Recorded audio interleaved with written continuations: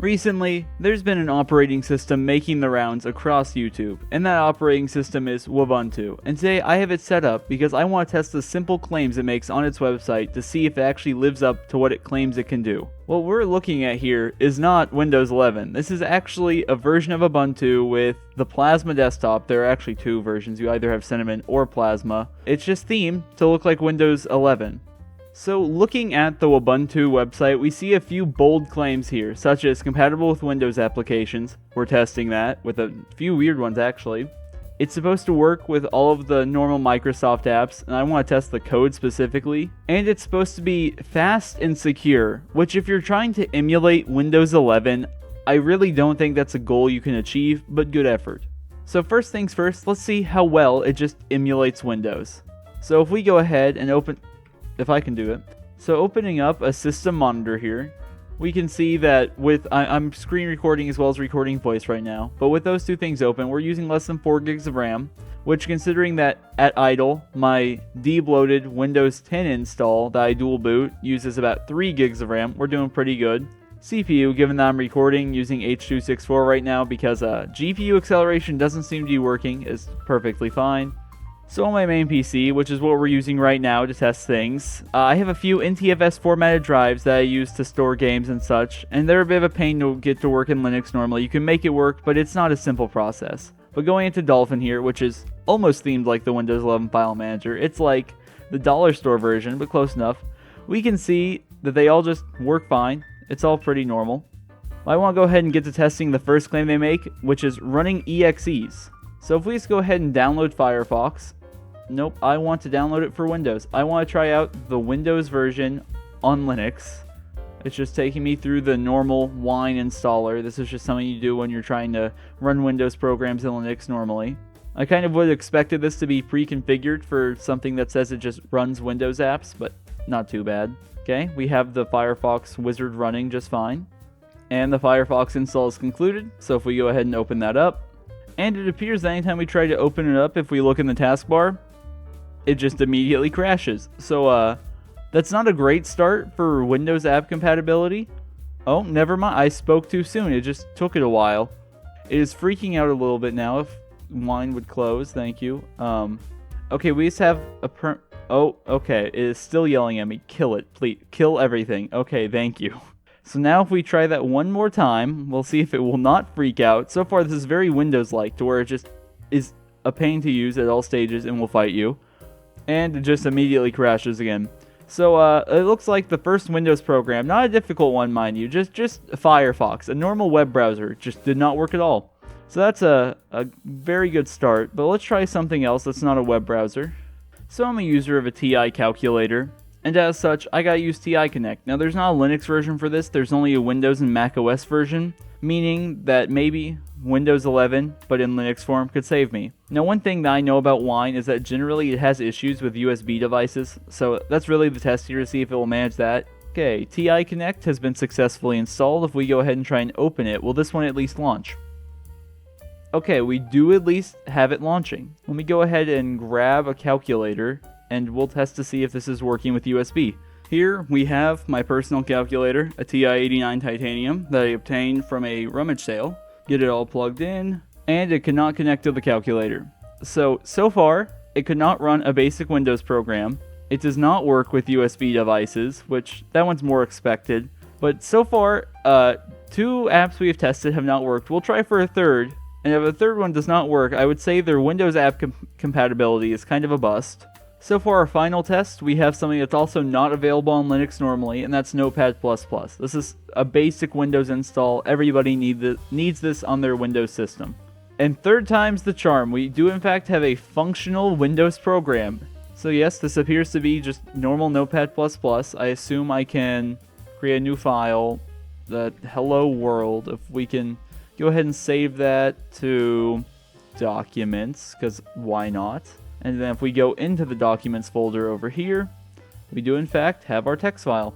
So now that that's tested, we can go ahead and move on to testing the claim about the Microsoft ecosystem, and that should work with tools such as Microsoft Edge, Teams, Skype, PowerShell, Code, and more. The main thing I'm interested in here is Code, because I use Visual Studio for school, we'll go ahead and just do a VS Code install.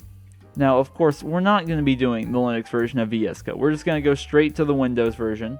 Okay, VS Code is installed, and VS Code does in fact appear to work. So tooltips are a little broken, but then again, there is a Linux version that I could have installed instead, and this appears to at least be a somewhat functional version of VS Code, so I will give them credit on the code part. At least one Microsoft IDE is functional. Another one that I'm interested to test is Skype, just because who uses Skype? So there is a Linux version for Skype, which I actually did not know that. I have not used it in the past 10 years. Now, I could try the Windows version, but I kind of want to see if a snap package will work. Now, it should, given that this is based on Ubuntu, and that's kind of Ubuntu's thing, is loving snaps. We can, in fact, just go into the Dollar Store Microsoft Store and download Skype. So if we go ahead and install the snap version of Skype, let's see if it works. Okay, allegedly we should have Skype now installed after a very long install process, so launch the snap version of Skype. If this didn't work, I would be concerned it opened on the wrong monitor, and it's just Skype. But yes, it does in fact appear that Skype is working, so credit where credit's due. So far, it does seem like everything works with the Microsoft ecosystem.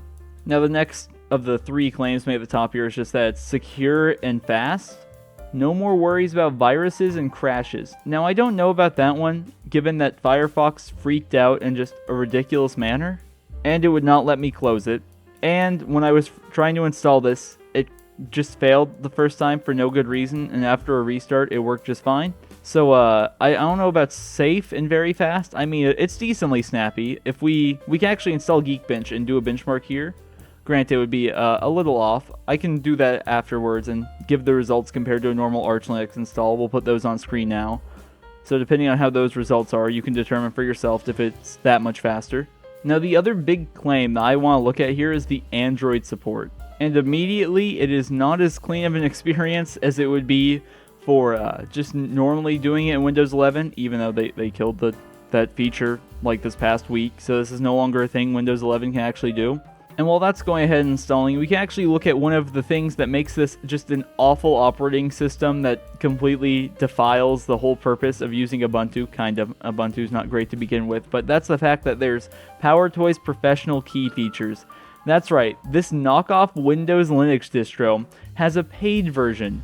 For $35, you can buy a lifetime key to what is basically a meme operating system.